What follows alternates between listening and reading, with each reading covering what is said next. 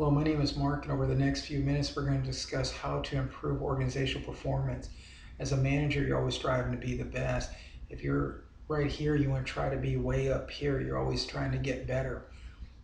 And it doesn't matter what organization type you belong to. I happen to be in the healthcare industry. You might be in an industry, but you should try to be the best industry you can be in.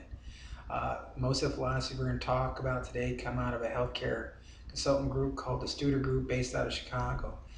Quint Studer is the CEO. I've had the luxury of meeting him a couple of times, and I'm very fortunate to hear him speak.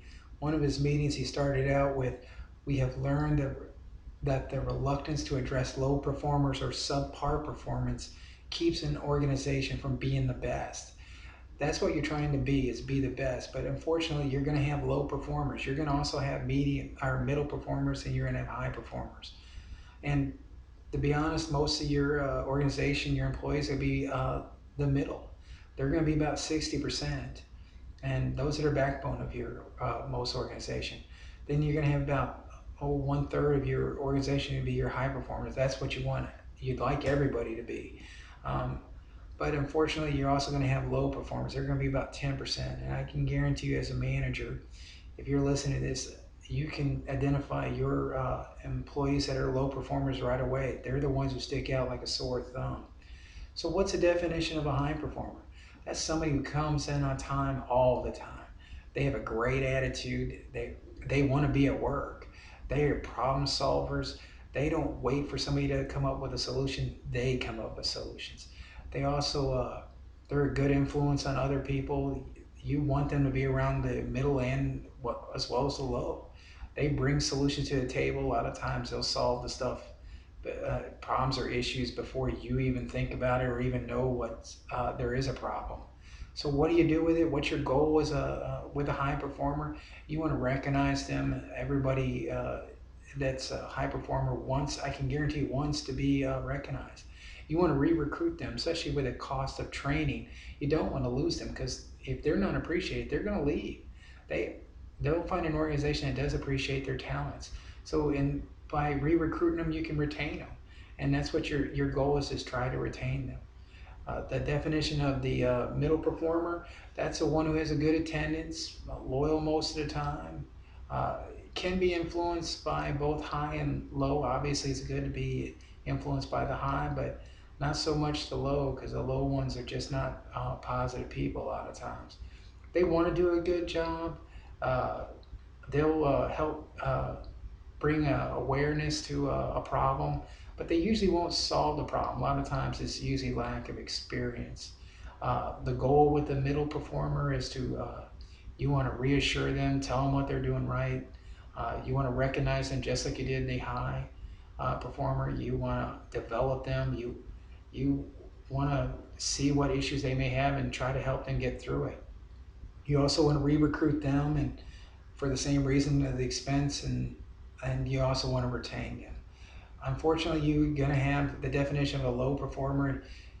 Which we all know we have some, is they're going to be the ones who are going to point out the problem. They're going to be the first one to go, "Hey, there's a problem right there, boss. What you going to do about it?" They they usually have mastered the they or we conversation. That's it's them causing the problem, or we this and that.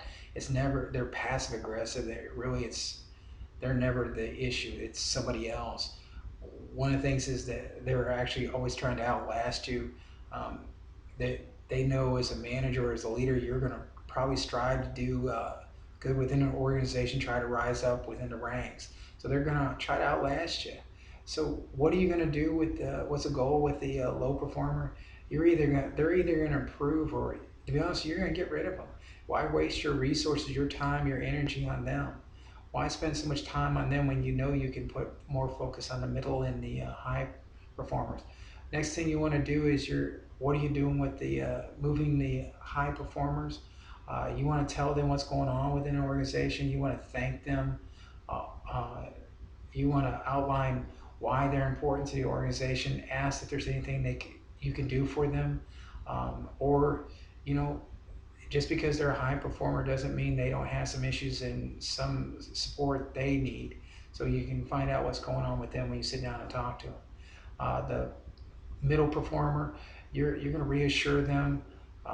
You're going to be very supportive of them. You're going to coach them, try to groom them.